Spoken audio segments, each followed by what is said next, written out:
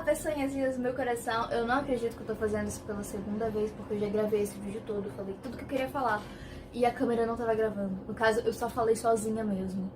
Ai, gente, coisas que eu faço da minha vida, né? Triste. Tô aqui com o meu roteirinho aqui do lado, de vez em quando eu vou nele pra me guiar sobre nomes, sobre datas, porque foi um conteúdo que eu estudei bastante pra vocês. Então, primeiro vamos ver o meu lookinho de hoje.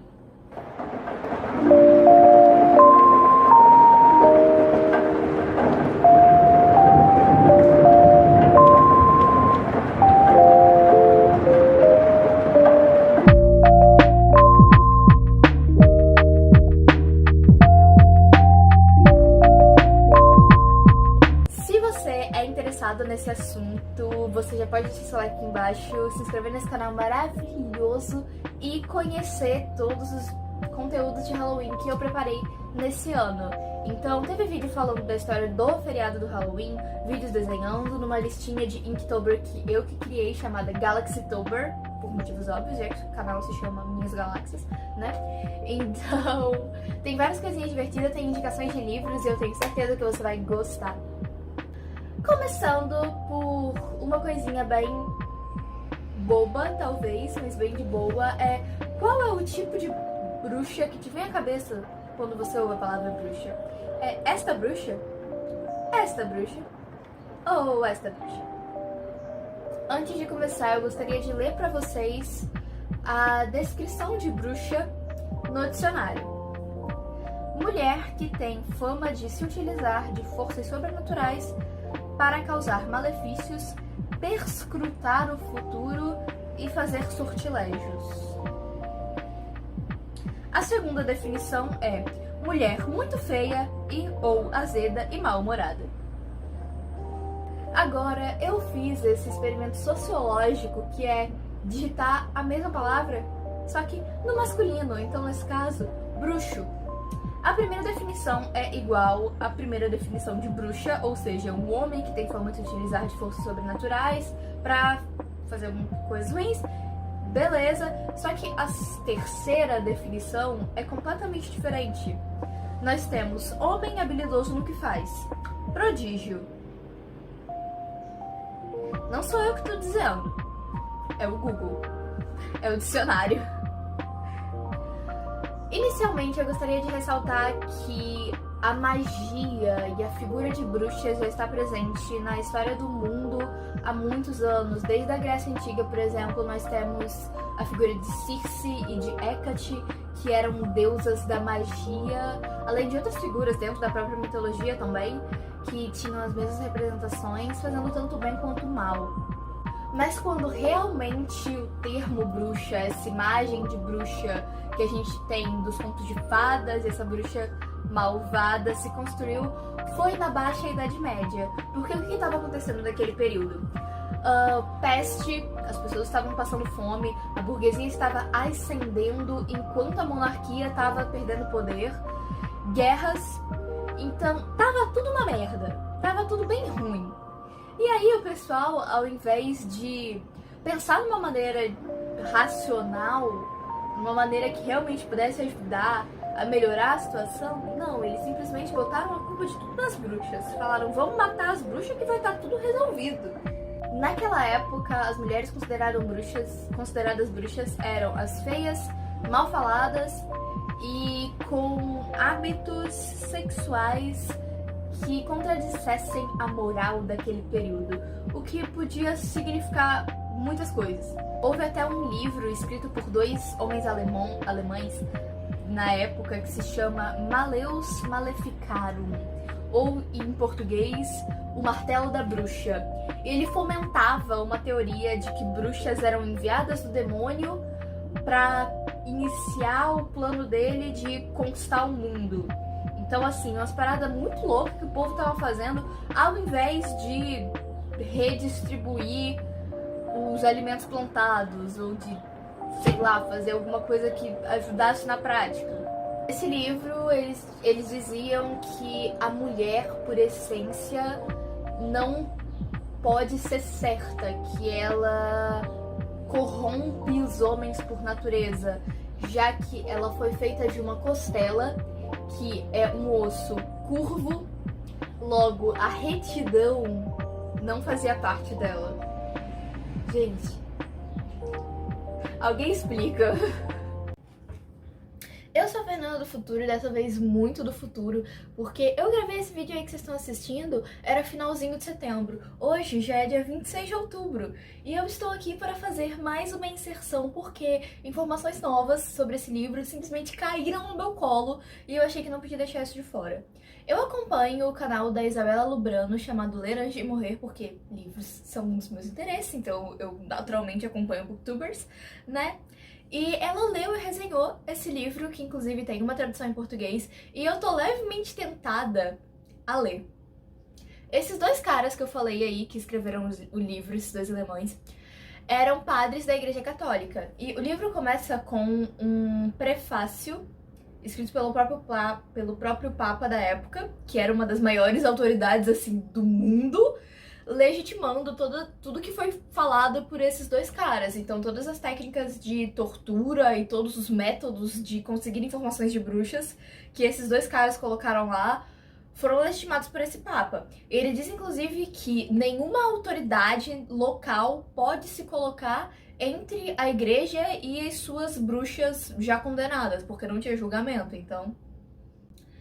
Eu disse que fiquei tentada a ler o livro, e isso é porque textos como esse, né, históricos, principalmente esse que valeu... Eu coloquei antes a data em que ele foi publicado, e tudo que foi escrito nele valeu até 1700 e pouco, então é um texto histórico, e ele explica um pouco da relação da nossa sociedade com a figura de uma mulher, principalmente uma mulher que foge aos padrões de comportamento que a gente conhece até hoje, de maneiras diferentes, mas ainda existem padrões.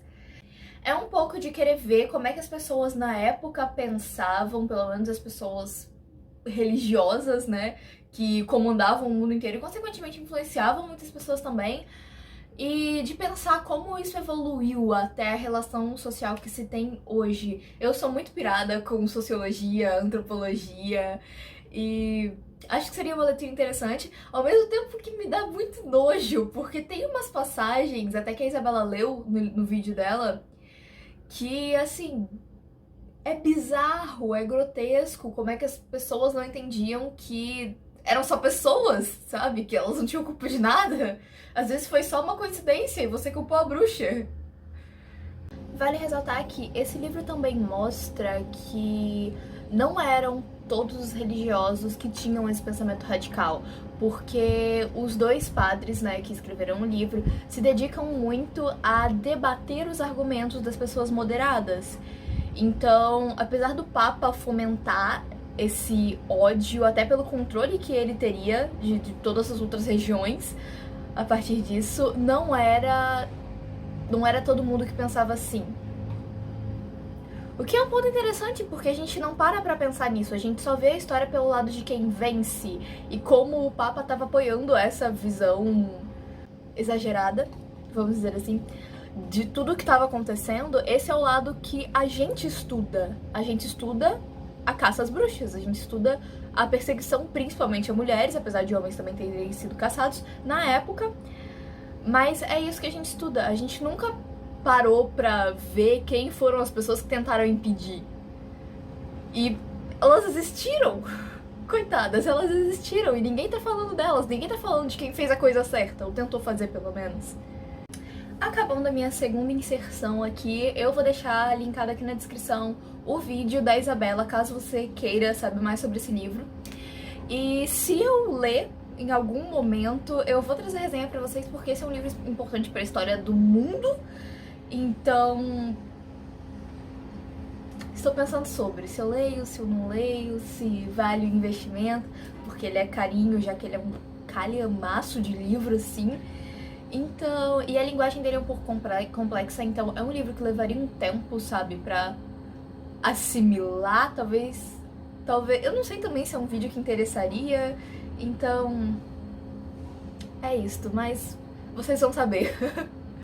Mais ou menos por ali, em 1410, a gente tem Joana d'Arc. aquela mulher que você provavelmente estudou na sua aula de história. Mas deixa eu te contar um pouquinho mais sobre ela aqui. Ela era uma camponesa da França, e eu acho até meio errado a gente chamar ela de mulher, porque ela morreu com 19 anos, então todos os seus grandes feitos foram durante a adolescência. Ou seja, essa é a hora que você se sente um merda, porque a menina da Idade Média, com 15 anos, tava conquistando território pra França, e você aí com 20 mal consegue fechar um período da faculdade sem pegar recuperação. Então é foda, né? Mas fazer o quê? Cada um com seus problemas. Na época em que Joana era criança / adolescente, a França e a Inglaterra estavam se enfrentando na Guerra dos 100 Anos, e a França estava perdendo bem feio. Então, aos 13 anos, ela começou a ter visões que ela acreditava que eram enviadas por Deus, através de anjos que diziam que ela devia se envolver na guerra, davam a ela toda a estratégia para lutar na guerra e ser vitoriosa. E assim ela fez, teve todo o trâmite, a burocracia, o perrengue de conseguir falar com o rei na época, que era o rei Carlos VII ou VIII, vai estar aparecendo aqui em algum lugar para confirmar para vocês qual dos Carlos era, porque eu não entendo esse negócio de gente querer dar nome do filho igual ao pai, mas enfim, acontecia, ainda acontece, né? E nesse processo, até conseguir chegar até o rei, ela conseguiu muita aprovação popular, e isso foi de extrema importância para que o rei aceitasse essa ajuda de uma mulher, de uma criança, nesse período. Então ela conseguiu um pequeno exército e recuperou um bom território para a França na época. Depois que seu serviço militar foi concluído, ela foi com o rei fazer uma viagem, ela foi como escolta, né, do rei, fazer uma viagem dentro da França mesmo, num período de trégua entre a França e a Inglaterra. Só que a Inglaterra não respeitou a trégua. E nesse período aí, Joana d'Arc foi vendida para o exército inglês por 10 mil libras.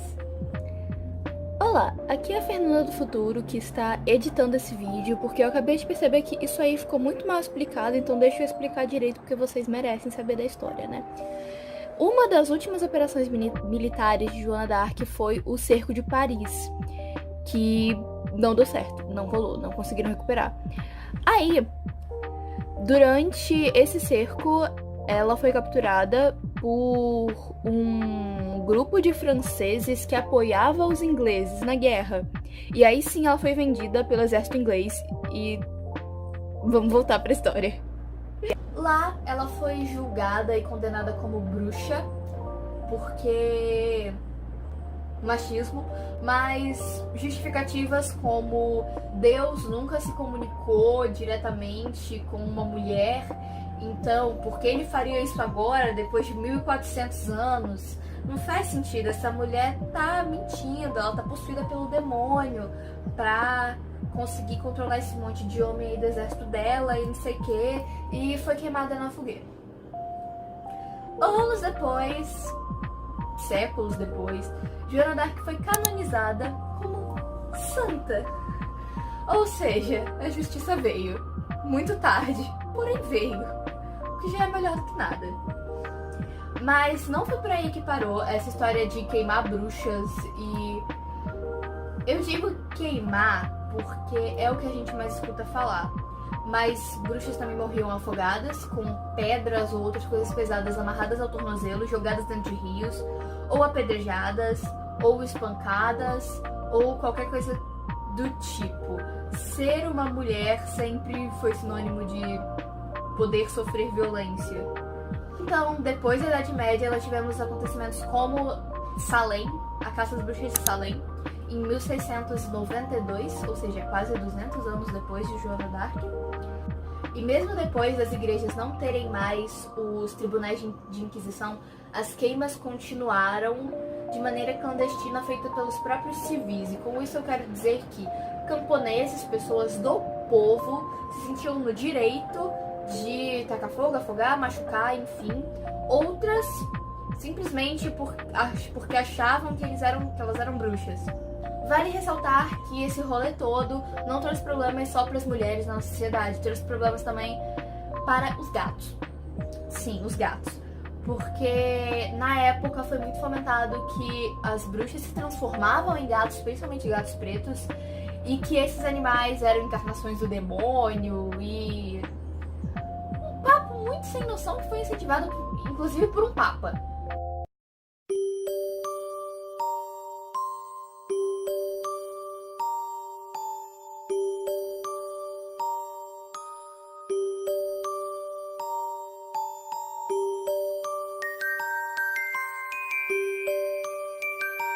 Mas vamos falar de coisa boa agora, só um pouquinho pelo menos, né?